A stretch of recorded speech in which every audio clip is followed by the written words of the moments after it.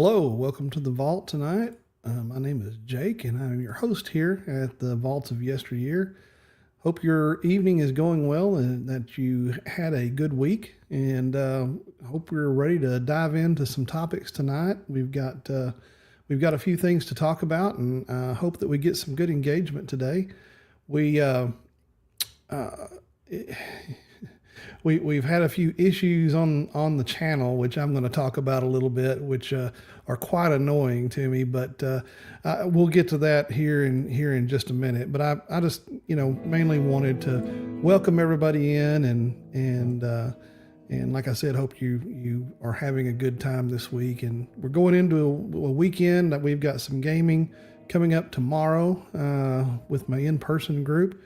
We're going to be jumping into an existing campaign. So I talked on Tuesday a little bit about the Forbidden Lands campaign that I'm running.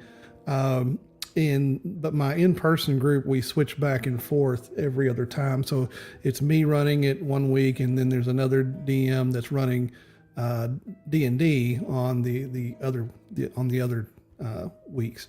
And so tomorrow will be the other DM running. We're going to be playing Adventure Conqueror King. We tried second edition, that the Imperial Imprint, I think it's called. And it's a well done book series, but it just wasn't clicking with us. The differences in the game are not great, but it's the format of the books and how you find everything and renaming all the spells and all those other kind of things like that are really, it makes it hard to play sometimes when you're trying to look back and refer to stuff. So we decided to make a switch back to first edition. So we're going to we've redone our characters in the background. Of course, like I said, it doesn't take a whole lot of work to do that. There's not a lot of difference, but we're reverting back to first edition and using those books and those spells and everything else. I think it'll just be an easier time for everybody involved, right? So, but anyway, we're looking forward to that. So we're playing in the Mystara world, and yeah. Hey, Mark, welcome in. Mark says, Acts 2, high verbosity. Yeah, that's a good way to put it. It is. I remember back when we used to play Zork, right? And hey, Jim, welcome in. Yeah, we're playing Zork, and one of the commands on Zork is you can limit the verbosity of the responses when you're typing in stuff. That just for whatever reason, that triggered a memory. That's funny. But yeah, Acts 2 is highly verbose and very, very wordy when it doesn't really need to be. And so that's why we're kind of jumping back to earlier edition, right? So as a side note, after the feedback from last week, I did this time re-enable the DVR feature on the stream. So it will probably impact the latency a little bit, but hopefully, people will be able to go back and start from the beginning while the stream's going on, and that way, I think some people were wanting that feature back. So enabled it is. So we'll see how this goes. But that kind of brings me to another topic, which is earlier this week I started getting hit with copyright claims on a lot of my videos. And now I'm not monetized or anything close to that. I don't have nearly enough people or whatever, but or however that works. It doesn't really matter for anything. It doesn't really matter unless you get monetized. But I went in and started looking at it, and what they were claiming was the music that plays during my intro. And just a little bit of background, I created that in Canva, right? And the song or the music that plays during that also came from Canva. It's a very cut down version of that. And So I got the copyright claim, and I was looking at it, and it said it was that music, and from a company called We Are Epic BV. And so I started looking and researching, and apparently this company just blanket claims tons of stuff on YouTube. There's tons of videos out there of people claiming or people complaining about this company, claiming all kinds of different music tracks on their videos. And so I got to looking. I went in Canva and looked around and found their licensing stuff, and I found that specific track, and it says in there that the track is approved for use as a free asset, right? And it has an entire license page on Canva that talks about your permission to use those assets.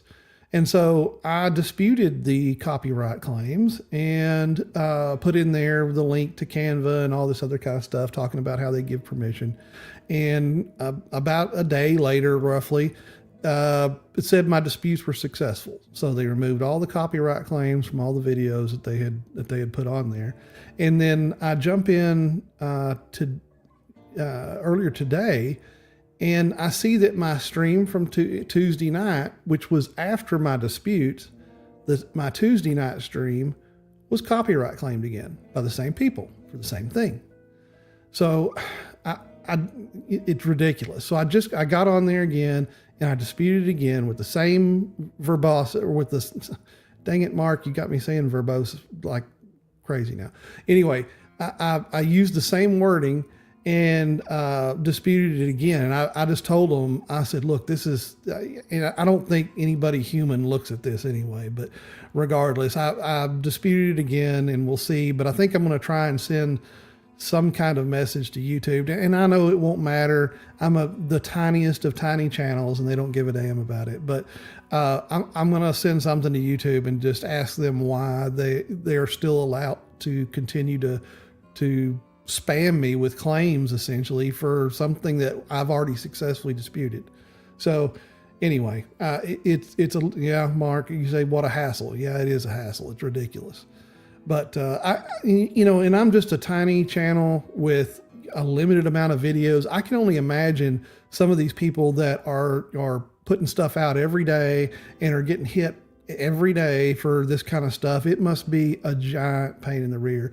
And there's a lot of people that I'm seeing out there talking about how broken the copyright claim system is in YouTube, because what's happening is, and this is what they were explaining on some of the videos I was watching, is they were explaining that these companies out there, like that We Are Epic thing I was talking to you about, they're using AI to go just find videos with tunes that they can possibly claim, and they're putting claims out on, and it's just all automated. There's no people behind any of it, and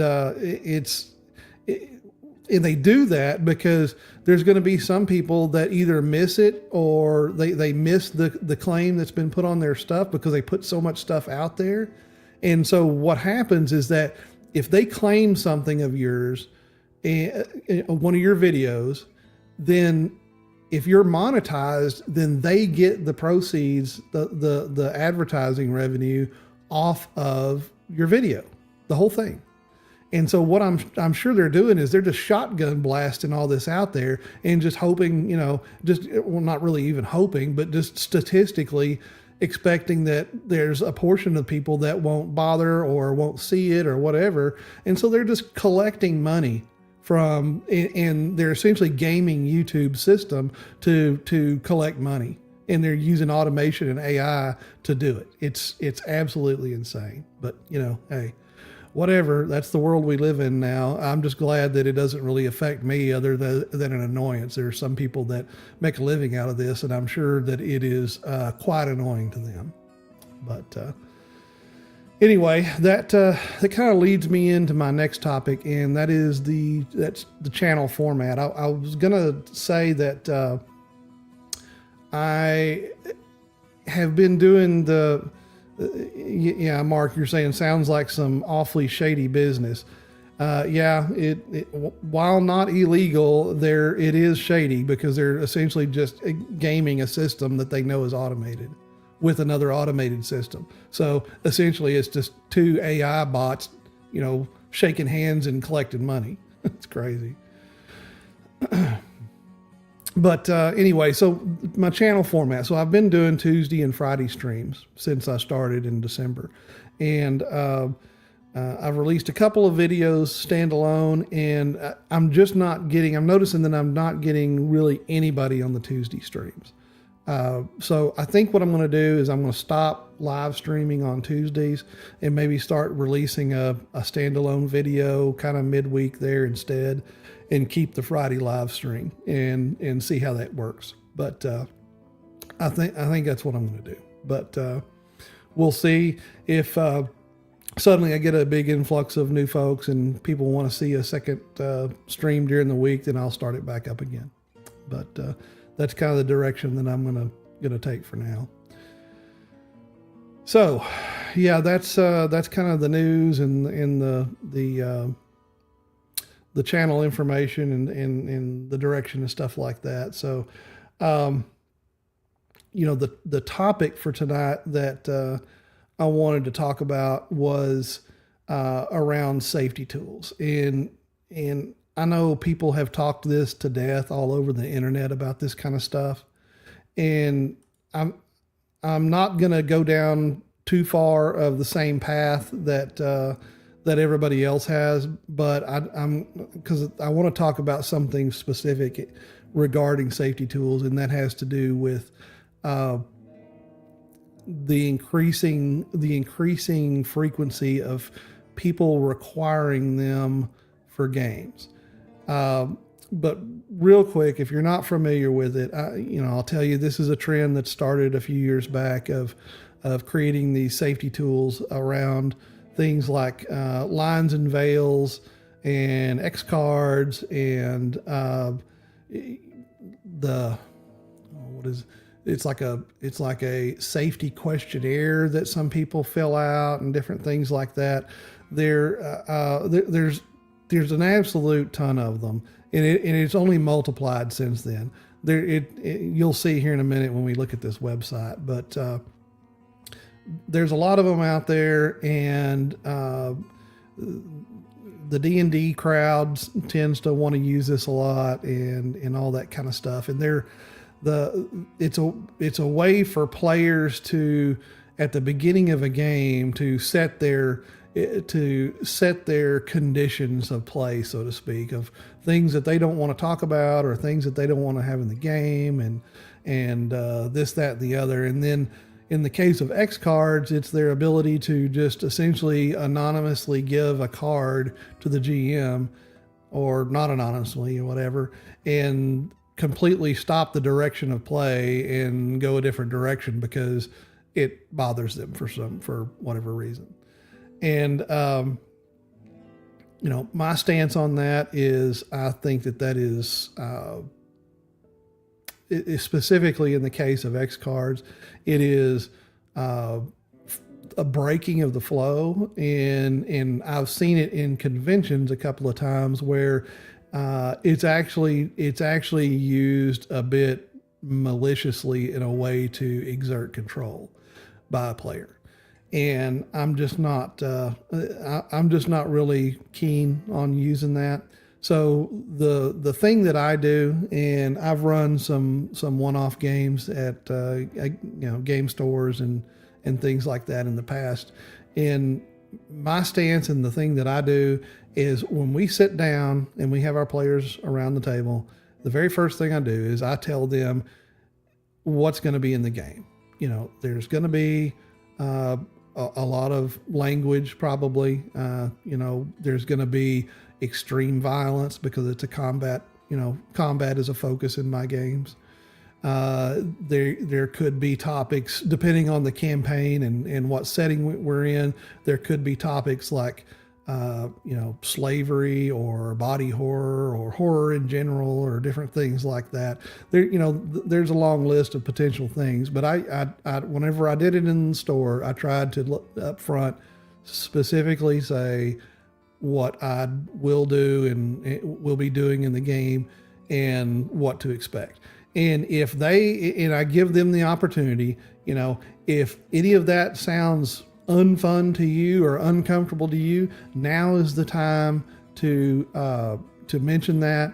And if that is a deal breaker for you, then I thank you for coming and offering to play. No harm, no foul. If you don't want to play in that environment, I totally understand. And thank you for coming anyway. And maybe we'll pick you up on the next game whenever we have a different setting or a different topic of the game or something like that. So that's the way that I like to handle it. And that's apparently not enough for some.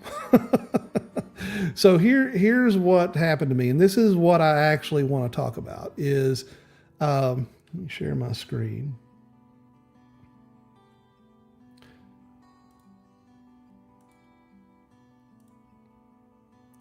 Okay, so this is a website called startplaying.games. And I thought about joining here, and it's a way for GMs to advertise games looking for players. It seems to be a lot about, a lot of them is for paid DMing. That's not really why I wanted to do it. I'm not interested in collecting money for games. But I had, from my research on the web, there's a lot of people on it, and it was a good way to find players. And I thought about running an online only game and using a VTT, and I thought about using this platform. Okay, and so because in my mind if you have people that are willing to pay money, even if you don't charge, then those are people that are probably going to be more invested in the game that you're going to be playing. They're more likely to show up on time, more likely to be engaged, and so forth. And so I thought that would probably be a pretty good audience for what I was looking for. So when you're wanting to be a GM on startplaying.com, you have to go through an application process. Totally fine. Get it? Great idea. So you go through and tell about yourself, your experience, your background, what you're familiar with, the type of gaming, and it's a long laundry list of questions. What the style of games are that you run, what are they focused on? Is it role playing, combat, this, that, and the other, and that's all fine. And in fact, it's more than fine. It's a good idea because it lets players find exactly what kind of game they're looking for, right? And towards the end of it, there is a section for the safety tools. And they talk about, they say to reference their FAQ, and they reference a bunch of safety tools that they are big on. And they ask you, or they tell you that you need to use at least one safety tool in your game. And so, I went through and I explained exactly what I just explained a few minutes ago, where about how I tell people at the beginning, very beginning, session 1 of a game, what's going to be in it. And I lined that out in great detail in the application. And so I sent it off, and I get it back a few days later, and it says that we need more information about the safety tools that you're going to be using. You have to select at least one of the safety tools that we use on our site. Okay. And so I got to looking through there, and this is what's we're looking at here. So these are the safety tools that they talk about in their game. And lines and veils, and these are the things, like I said, that the players list that they're not willing to do or not interested in, and this, that, and the other. Consent checklists, which is, all kinds of like triggers and things like that. I'm not going to go into that kind of stuff. It's just way over the top. And then we have the X cards, and apparently we've now proliferated to N and O cards as well. I don't know what that is, but I'm sure it'll tell you here if you read it. But I'm not interested in X, N, or O cards. Open door. I'm not sure if that's just like the open door policy or whatever, but they talk about all kinds of things in here about taking breaks for people's, mental health and stuff like that, and aftercare and debriefings and all this other kind of stuff. And, I'm just not willing to go down these roads because it seems like, the problem here is that we are empowering players to exert control over a role-playing game that is not really the purview of the players to control. Certainly be clear about what the game's going to be at the beginning. If something changes in the game and you're going to stray from that and introduce something else, by all means call it out. But these kind of things are a red flag to me because it is empowering players that may not have the best intentions of the table in mind whenever they exercise some of these tools. So,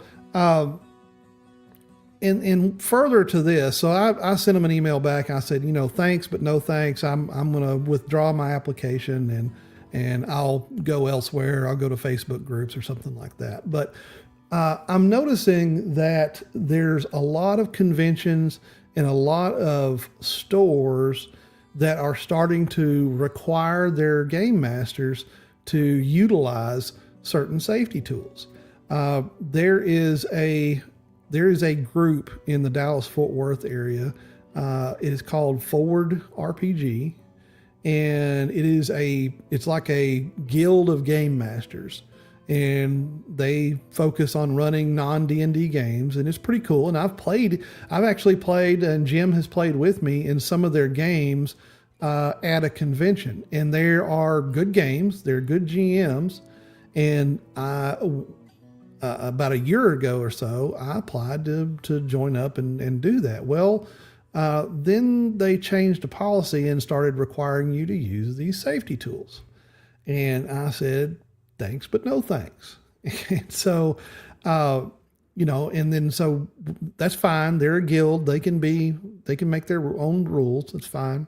But then the conventions started doing it. I've started seeing conventions come up and they'll start saying that you have to sign, essentially like a document in order to run a game at their convention where you agree to use whatever tools that they want you to use.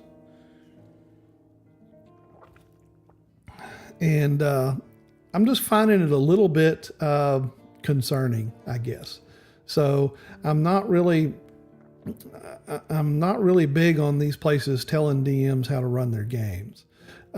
If you have a problem with the DM, or if you have a problem with a game that's being run at your convention, go address it on a case-by-case basis. I think blanket policies like that are not the way to go. Just deal with the problem directly and discreetly, individually. That's the way to handle it. Because requiring these blanket policies, it's almost the same as zero tolerance stuff. It's just the one size fits all does not fit all. And and then the stores too. So there is a store in the Metroplex that hosts games, and it's like a game tavern place, right? And they have tables open for board games and RPGs. And for RPGs, they require safety tools. And it's the same thing. You have to sign an agreement that says that you will use these tools at your table. So, I don't know. I guess I'm too old and grumpy, but That's not for me. If you want to play at a table, then you need to be aware of what the game is going to be about. You have to be in a mental headspace to be okay to be with other people, where some people might say things in a game that you're not exactly comfortable with. But we're all big kids here. We're playing a game. We're kind of kids at heart, but we're big kids, and we need to be able to deal with things that make us uncomfortable. And there are many ways that you can do that. And it is on you on how you react to situations that come up in a social environment like that. But the other side of the coin is you have a compact at the table between the players and the GM, and part of that social contract is a decorum. Okay.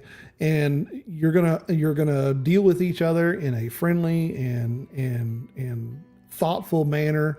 And if you break that contract, then you're out.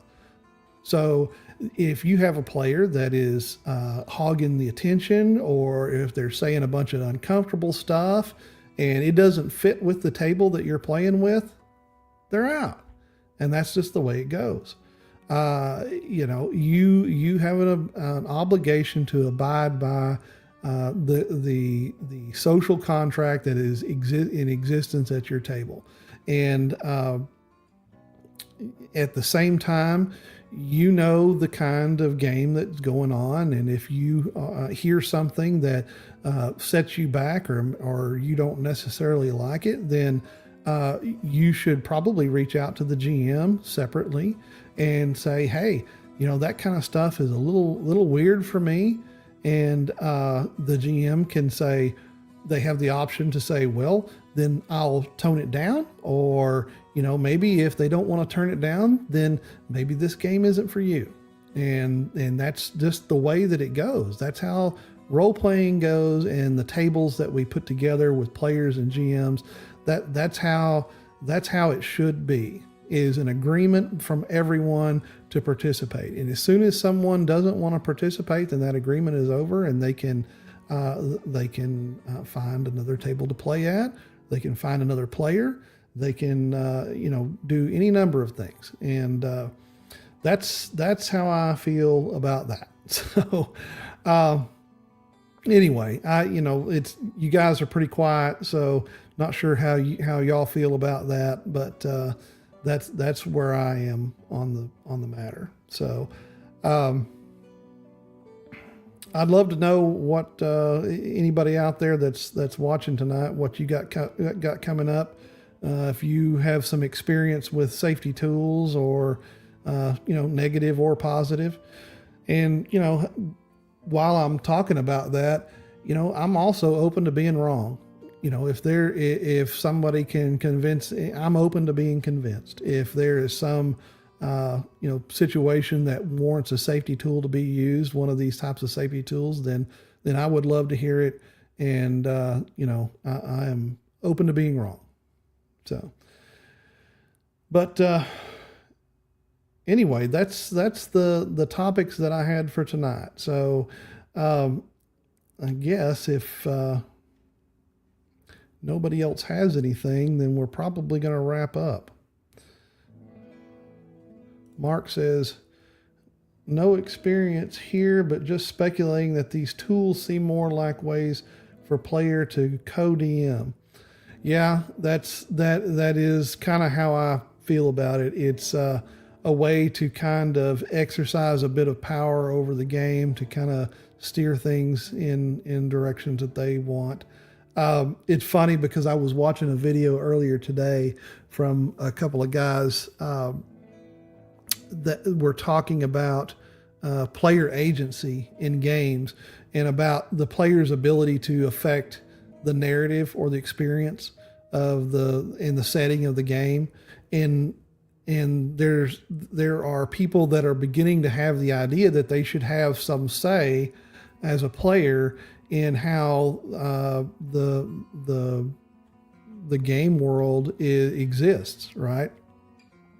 And what I mean by that is, specifically through things like having a backstory. So people that show up with a 4-paragraph backstory that say that they're the second son of the Duke of Cornwall or whatever, or they were the cast off son of a god, and this, that, and the other. Well, they're trying to change the narrative of your campaign as the DM, and that's not the purview of players, and that's why I don't like big backstories like that. Because the way that players affect the narrative and the story and the setting of the game is through this. I'll show you.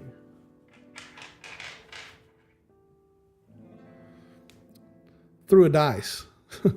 When you roll your dice and you take actions as a player, that's how you have an impact on the game world.